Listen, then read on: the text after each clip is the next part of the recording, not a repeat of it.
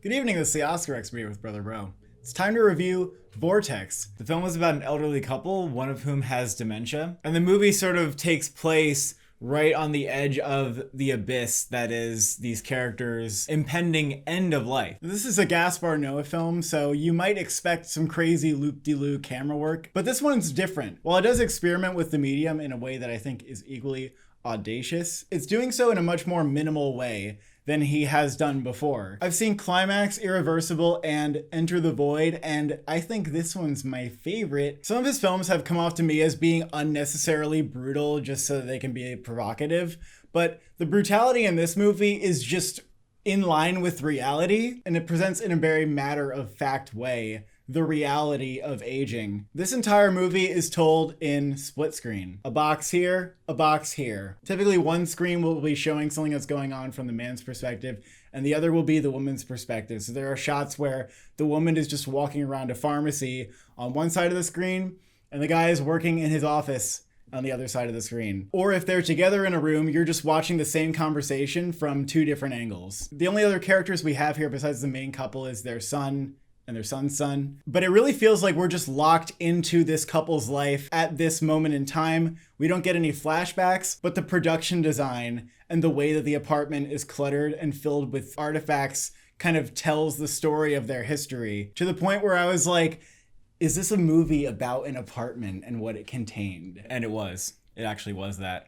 It also really reminds me of The Humans when I think about it, the way that they shot within that space and the way that space became a character and became sort of like the essence of what the movie is. A lot of people are going to compare this to Amour and The Father because those are movies about dementia that we can immediately think of. And they should. I think that makes a lot of sense. And this would be a great trilogy of films to feel very depressed about old age and about losing your mind and everything that is precious to you. You know, if you're alone on a weekend, you don't have any friends to go out with, and you just want to be a downer. Actually, I just realized all these movies have a very prominent, apartment that they take place in. Someone do an essay on that? I don't know yet. I mean, there's also a really surface level explanation because people with dementia aren't really going places. But this space is a thing. I don't know. The movie reminded me more though of A Ghost Story, and I guess I'm not going to elaborate on that, but you'll know by the end of it, you'll understand why I said that. I was pretty engaged throughout this film. It definitely moves at its own pace.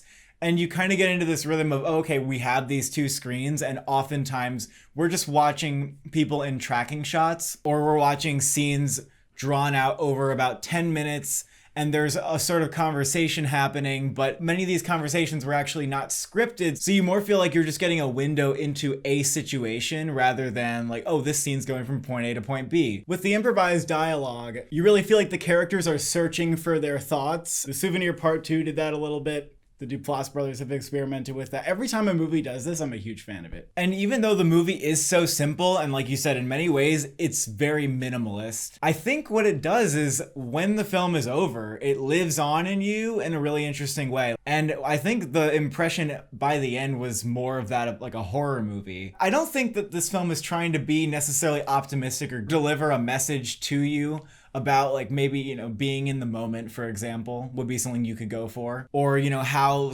the love for somebody persists beyond memory. It's not even that those things aren't in this movie. It's that that's not even the full point of the movie. It feels very removed from trying to feed you what it's supposed to be about. And that is also kind of scary, to watch a film with a sort of depressing situation and then not really be told what to make of it. But that is also the essence of the film for me. Yeah, you leave the movie and you just kind of waddle out of the theater and you're like, I need to sit, I need to lay down, I just need to not do anything for a little bit. I need company, I don't want to be alone. The two lead performances in this film are fantastic. We have Dario Argento making his acting debut as the man in this couple. And like we said, most of his dialogue is improvised, and you do get a real sense of this person's personality, how they're a bit more gregarious. They're very intellectually involved with life. And it's this really interesting counterpoint with the female character played by Francois Lebrun, who I think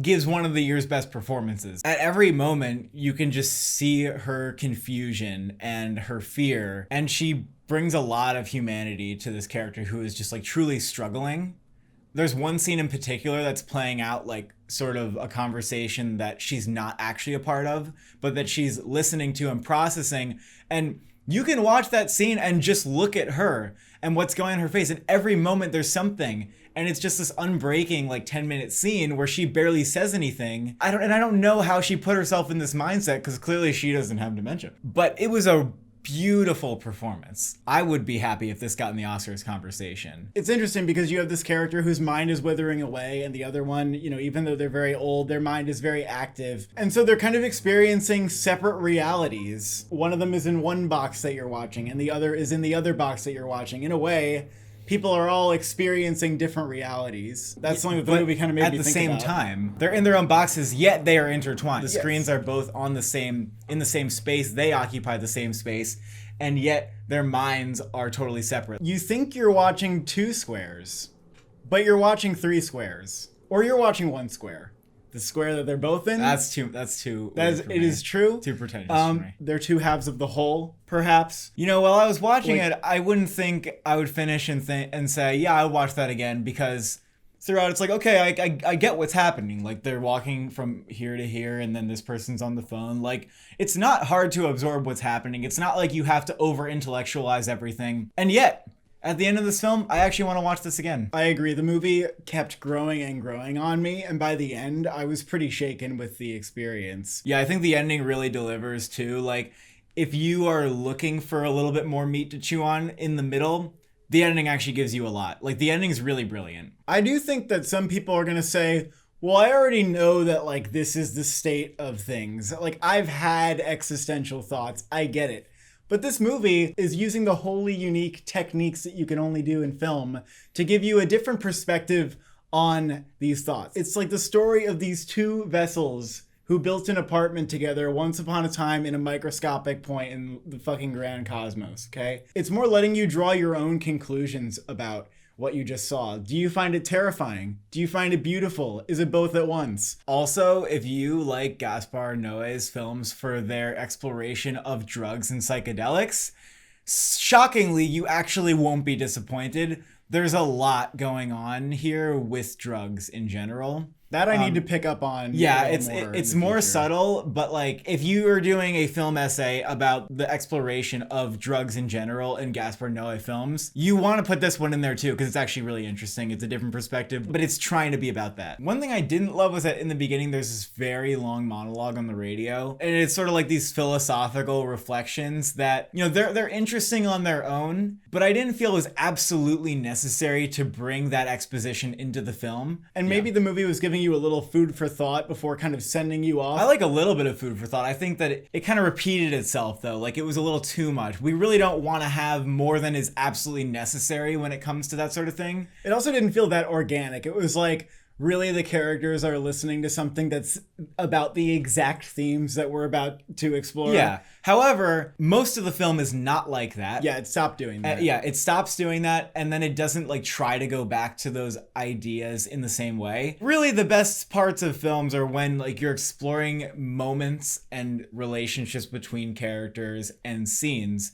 And this film has those. It didn't try to supplement that, like giving us experience by feeding us intellectual drivel. If you want to say the film's repetitive, like, and make that a criticism, it's not valid, but it's not one that I care to levy against this film. You experience a film differently when you're watching something happen for 5 minutes versus happening for 30 seconds. Yeah, that being said, the movie is very experimental. You have to know what you're getting into. You have to be interested, I think, in movies that take odd risks that potentially sacrifice your entertainment. And if you don't want to have an existential crisis, you might not want to see the movie. For anyone who says that this is a gimmick, that is literally the point of the movie. Is just it's like saying that like having comedy in a comedy movie is a gimmick because it's like trying to make you laugh. It's part of the makeup and the framework of the film. The design is inherent to like how we experience and understand the movie. It's not like icing on a cake. It's the cake. The point of the movie